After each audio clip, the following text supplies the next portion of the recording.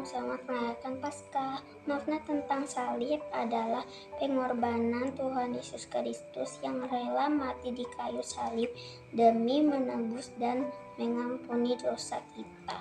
Maka dari itu, salib adalah lambang keselamatan dan kasih Tuhan kepada kita karena telah menghapus dosa-dosa kita dan membenarkan kita dari dosa. Maka dari itu kita harus menjauhi perbuatan dosa dan hidup lebih baik. Itulah bukti kasih kita terhadap Tuhan Yesus. Amin. Salam, nama saya Lius. Kelas menengah saya akan mengartikan arti Paskah. Menurut saya, pengorbanan Yesus di kayu salib membuat aku mengerti bahwa Yesus sangat mengasihiku. Efesus pasal 3 ayat 18. Aku berdoa supaya kamu bersama-sama dengan segala orang kudus dapat memahami betapa lebarnya dan panjangnya dan tingginya dan dalamnya kasih Kristus. Amin. Shalom, aku Aska dari Asal Sion Palangkaraya. Aku akan menjelaskan arti salib. Menurut aku, arti salib itu adalah pengorbanan dan keselamatan, di mana Tuhan Yesus memiliki cinta dan kasih sayang yang begitu besar sehingga mengorbankan nyawanya di atas kayu salib untuk menebus dosa manusia. Dengan wafatnya Yesus di atas kayu salib, kita manusia terselamatkan dari dosa dan dapat hidup sesuai dengan cinta kasih yang diajarkan Kristus. Amin. Salam semua, saat ini kita masuki masa Raya Paskah, Jumat Agung. Kita mengenang bagaimana pengorbanan Tuhan Yesus bagi umatnya, sampai ia disalibkan di Bukit Golgota untuk menebus dosa umat manusia. Kedukaan umat manusia pada saat itu tidaklah berlangsung lama, karena pada hari yang ketiga, tepatnya hari Minggu, Tuhan Yesus bangkit dari kematian, di mana hari itu disebut Hari Paskah dan Hari Kebangkitan Yesus. Makna salib bagi saya adalah lambang pengorbanan Tuhan Yesus dan kecintaannya kepada umat manusia sampai ia rela disalibkan. Oleh karena itu, kita harus dapat hidup saling menolong dan mengasihi. Selamat merayakan Jumat Agung dan merayakan Paskah. Salam sehat, Tuhan Yesus memberkati. Amin. Arti salib adalah bukti kasih dan pengorbanan Tuhan Yesus untuk menebus dosa manusia. Tuhan Yesus mati di kayu salib menebus dosaku. Terima kasih Tuhan Yesus.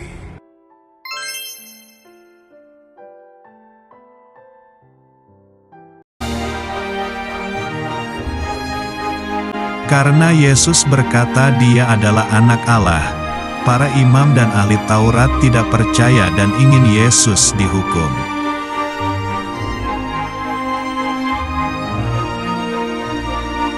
Ketika Tuhan Yesus akan disalibkan, ada dua orang penjahat yang akan dihukum mati bersama.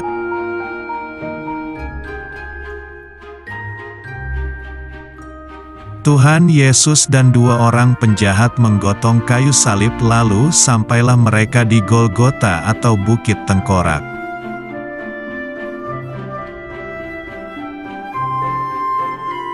Tuhan Yesus digantung di kayu salib tengah bersama dua penjahat di kanan dan kiri.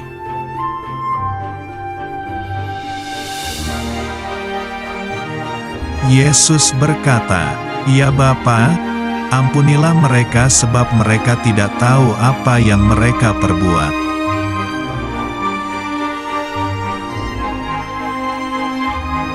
Seorang dari penjahat yang digantung di sebelah kanan itu menghujat Tuhan Yesus.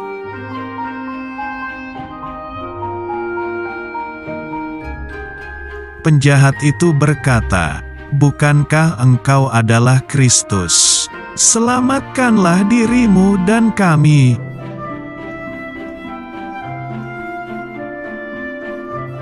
Tetapi penjahat yang sebelah kiri menegur dia dan berkata, "Tidakkah engkau takut juga tidak kepada Allah, sedang engkau menerima hukuman yang sama?"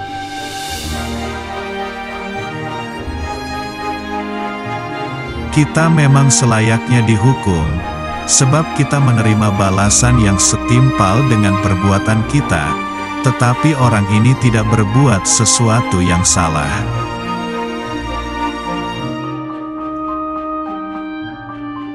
Lalu ia berkata, "Yesus, ingatlah akan aku, apabila engkau datang sebagai Raja."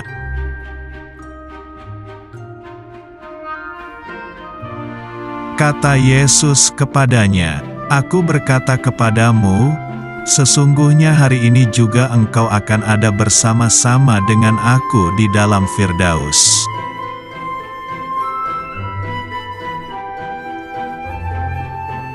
Lalu Tuhan Yesus berseru kepada Bapa, "Ya Bapa, ke dalam tangan-Mu, kuserahkan nyawaku."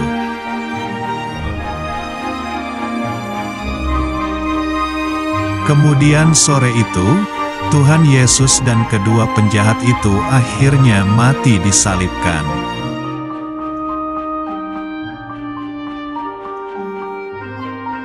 Pada hari itu juga, Tuhan Yesus dan penjahat yang percaya kepadanya berada di Taman Firdaus.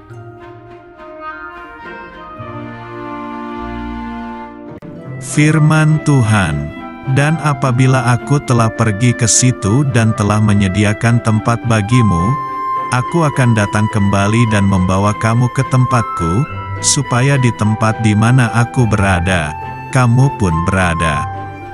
Yohanes pasal 14 ayat 3.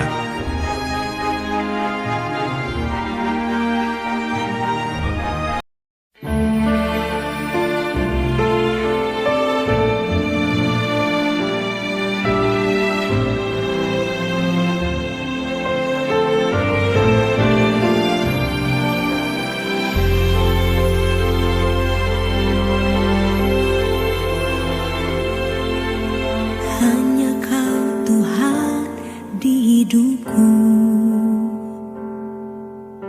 Kau berikan hidup yang baru. Darah-Mu menyucikan, pulihkan hatiku. Ku nyatakan Kaulah segalanya. Engkaulah sumber pengharapan, kuasa-Mu sanggup menyembuhkan. Jiwaku pun berserah hanya kepadamu, Yesus, Kaulah segalanya. Karena salib-Mu ku hidup, karena salib-Mu ku menang.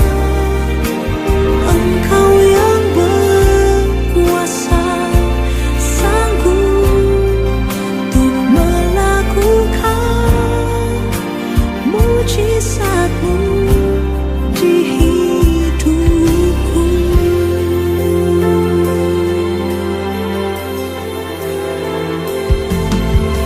Engkaulah sumber pengharapan, kuasa-Mu sanggup menyembuhkan. Jiwaku pun berserah hanya kepadamu, Yesus,